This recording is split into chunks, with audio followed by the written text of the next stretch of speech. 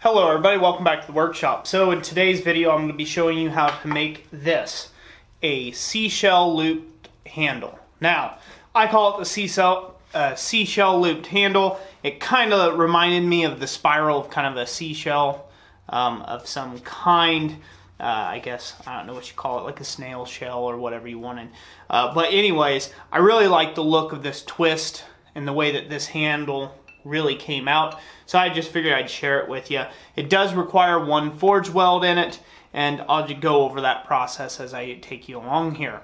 One of the biggest things that we're going to do is we're going to actually upset the bar. Now this was a piece of 1/2 inch or 12.5 mil square, and this was about 3 inches long. In this other handle I'm working with 3/8 inch bar or 9.5 inches or 9.5 mil square bar. And I will be working with a much longer piece beforehand, about 4 inches. It'll be a little over 4 inches when I go ahead and do the loop on the end of the hammer handle. So I've got a piece heated up here in the forge.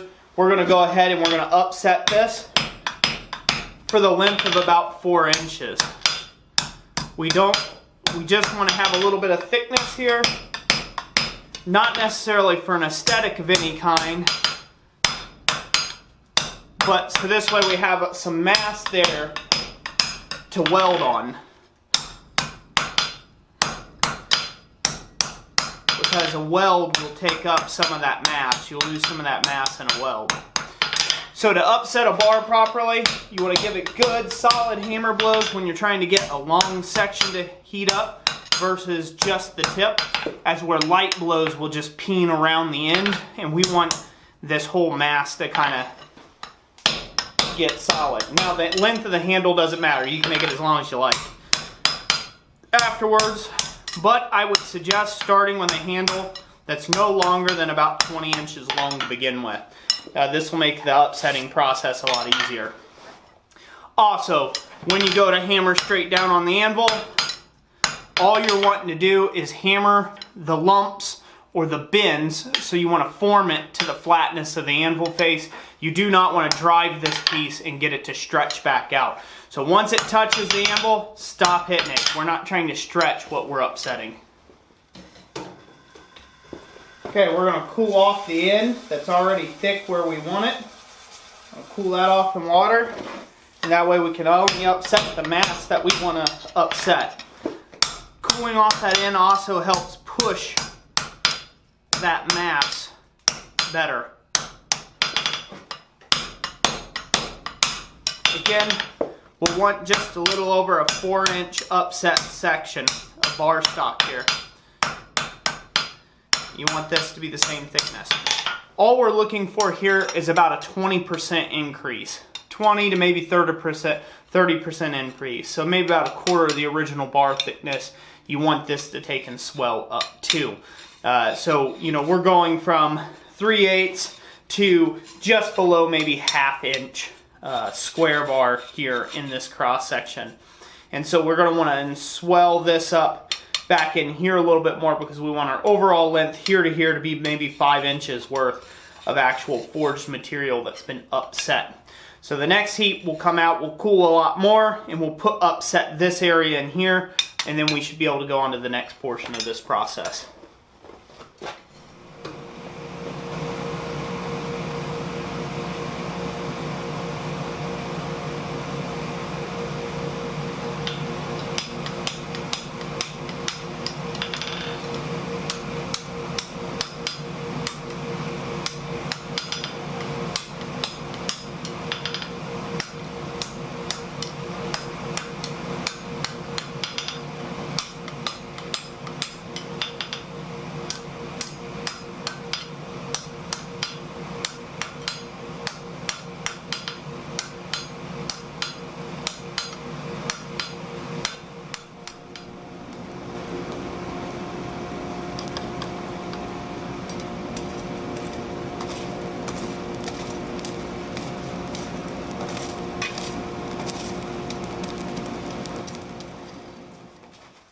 Okay, now that we've got this piece heated back up and we got it upset, our next trick, we're going to go to the vise here.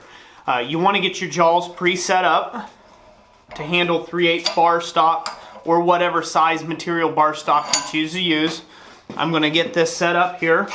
I'm going to leave it a little larger than 3/8, and then I'm also going to take and set up the jaws of my twisting wrench beforehand as well. The last thing you want to do is to be coming out of the fire and wasting heat, fiddling with getting your twist set up. So now that this thing's hot, I'm going to bring it over and we're going to twist. We're going to make this simple. You can twist it whatever turns you like. I'm going to do a fairly loose twist to it, and I think that that looks pretty good, especially once it gets exaggerated around a bend. So let's go ahead and do that now.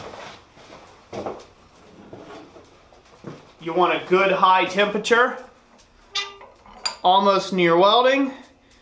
You want to grab it down in the vise, approximately an inch to 3/4 of an inch, so 20 to 25 mil. And then you want to grab at the top end just before it starts tapering on your upset there. And I'm going to do a fairly, like I said, get this vise turned right, fairly loose twist. It's not super loose, but it's going to be fairly loose. Again, I think this looks a little bit better, but that's just a style preference. So we're going to go ahead and give that a little bit of a scratching there. Looks pretty good. And you'll alter the look of this a lot by adding more twists down here if you want, and then bending around a bigger loop. I'm going to do a fairly small loop, and so therefore that twist there is fine. Now as you can see, I let some of it cool off for a moment. Come back here, and I will finish twisting the rest of this, if I can, a little bit tighter. I got the one twist where I want it, but I need the rest to be a little more even. So that's one way. Instead of having to cool off a section, you can just let it cool naturally and get the same thing done. So that's good enough for my purposes of this demonstration. Again, you want an evener twist. Go ahead and make sure that it's all even before you go ahead and bend. Now back to the anvil. Now we're going to focus on the end. We're going to make a scarf on this, so we need to make a little set down. So we're going to drop our handle down a bit while using half on, half off blows. We'll pull out the toe of the scarf a little bit, and it really, this is more or less just to blend it in a little bit easier.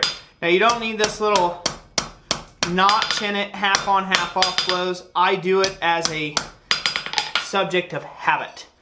Again, it's going to blend in just fine whichever way you choose to do it, but you do want to make sure that this toe of the scarf is very nicely thinned out, and again, it's smaller than the parent bar stock. So that's what we're looking for there. A little bit of a crooked beak type effect. So now, being very careful as not to take and hit our twist, we are going to take this to the horn of the anvil, and we are going to give this whole thing a bend.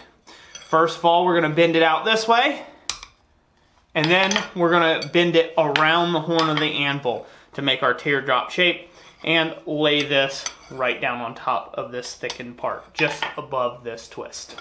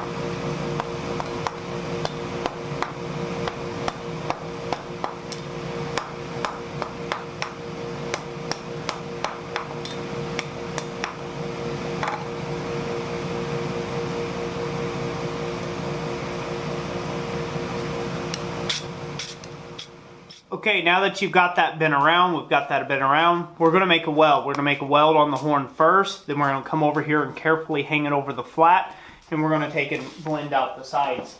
You do not need to use a lot of hammer force for this, you're just trying to push the two pieces together. So we get ready for the weld here. There we go.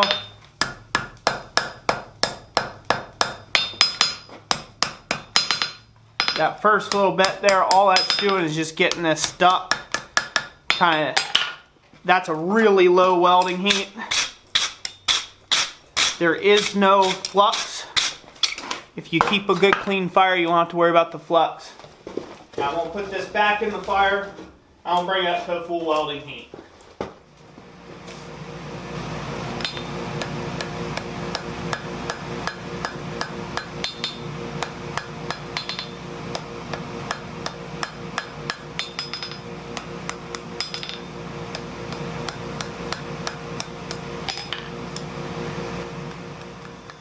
Final welding heat, you want to come in and clean it up with a little small hammer.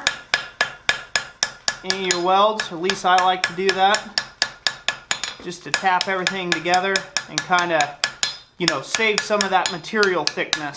So this way it doesn't look like you end up with a waste. We'll get that out of the way. Okay, give this a good brushing now. Just clean off any junk that may have occurred on the surface while it was at such a high heat.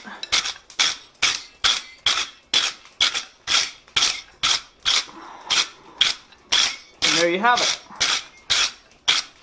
Little seashell handle for you. Now I think this is a very neat handle design.